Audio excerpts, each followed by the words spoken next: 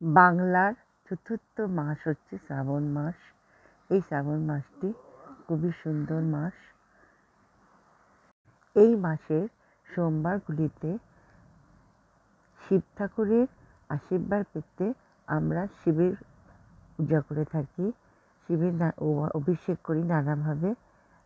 শিব ঠাকুরকে আমরা প্রত্যেক সোমবার, বছরের প্রত্যেক সোমবার এবং শ্রাবণ মাসের প্রত্যেকটি সোমবারে অভিষেক করে পূজা করে থাকি। শিবের মাথায় জল ঢালি। এটি আপনাদের দেখাচ্ছি। শ্রাবণ মাসের 20 তারিখ আর 5ই আগস্ট ছিল তৃতীয় সোমবার। পঞ্চামৃত থালার মধ্যে আমি গুছিয়ে নিয়েছি দুধ, দই, মধু, ঘি, শর্করা বাটিতে বাটিতে করে নিয়ে সুন্দর করে গুছিয়ে রেখেছি। এগুলি বাবাকে আমি অভিষেকের জন্য কাজে লাগাবো। আমি আগেই পাথর বাটিতে শিব ঠাকুরকে, ওনার নন্দী মহারাজ, কুলকে এইভাবে দুধ, ঘি, মধু, শর্করা এবং দই দিয়ে আলাদা আলাদাভাবে অভিষেক করা হয় এবং করা যায়। আমি এভাবে করে দেখিয়ে দিলাম। আমি এই তৃতীয় সোমবারে আমি এইভাবেই অভিষেক করলাম আর মনে মনে ওং শিবায় নমঃ, ওং শিবায় নমঃ, ওং শিবায় নমঃ বলেছিলাম। তারপর পরিষ্কার গঙ্গা জল দিয়ে ধুয়ে দিলাম।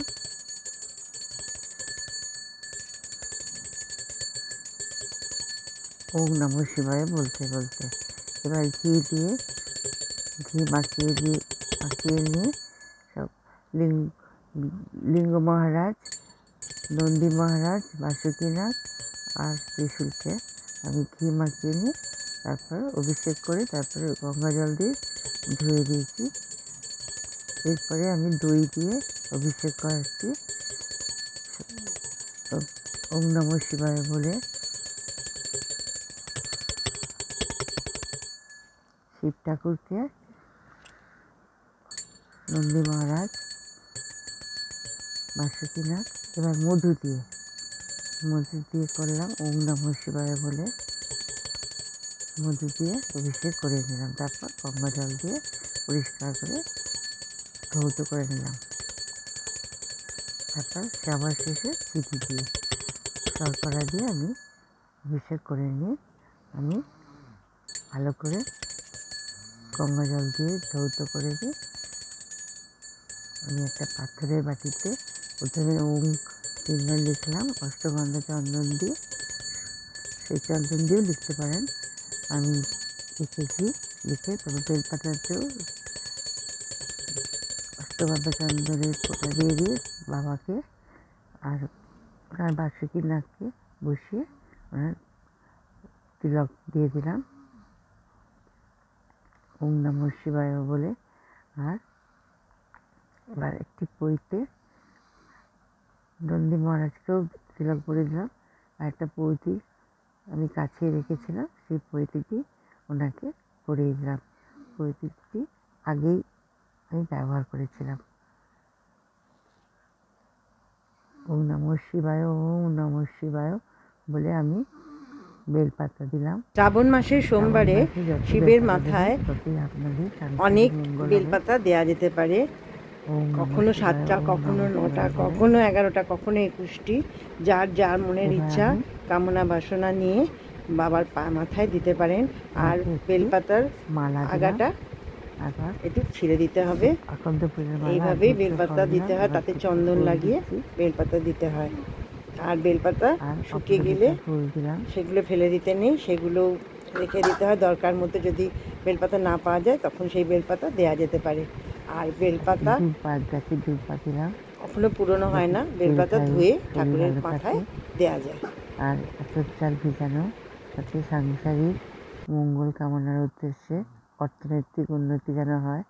এবার আমি 5টি ফল, সাদা মিষ্টান্ন আর পানীয় জল আমি ওনাকে ভোগ হিসাবে নিবেদন করলাম।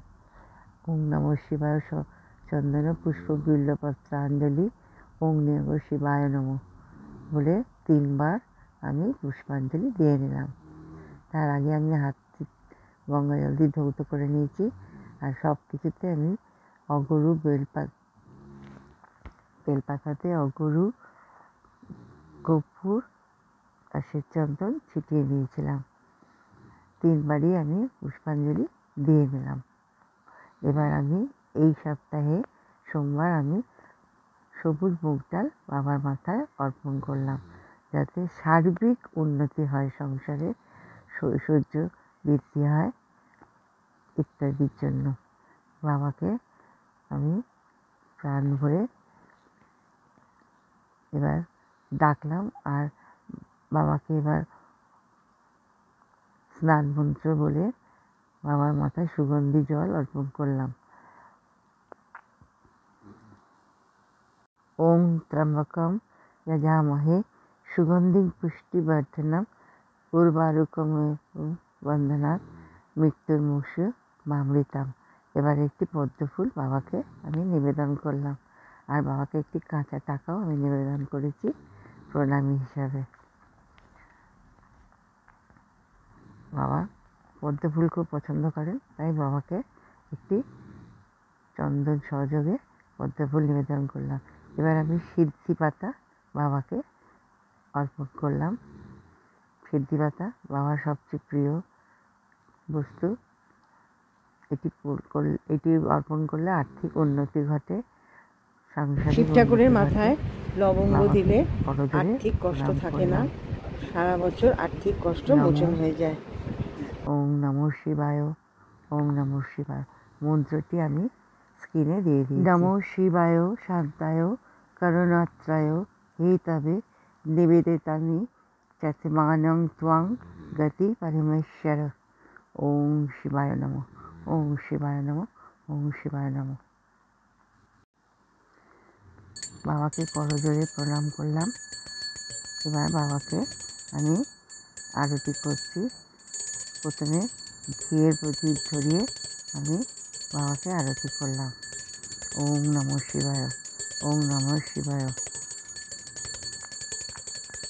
ওম নমঃ শিবায়, ওম নমঃ শিবায়, ওম নমঃ শিবায়। এবার কর্পূরদানিতে কর্পূর দিয়ে বাবাকে আরতি করলাম। ওম নমঃ শিবায়, ওম নমঃ শিবায় এই পঞ্চাক্ষরী শক্তিশালী মন্ত্রটি জপ করে আপনারাও করবেন, খুব মঙ্গল হবে, বাড়ির বাস্তুদোষ কেটে যাবে কর্পূর দিয়ে আরতি করলে। এবার পঞ্চপ্রদীপ ধরে নিলাম ঘিয়ের, সেটি দিয়ে আরতি করলাম।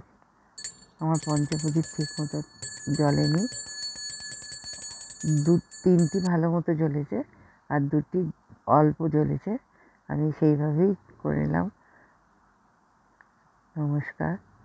আরতি করার পরে বাবার যত রকম মন্ত্র, যত রকম স্তোত্র আছে শিব কথা বইতে, সেগুলি ভালো করে পাঠ করবেন।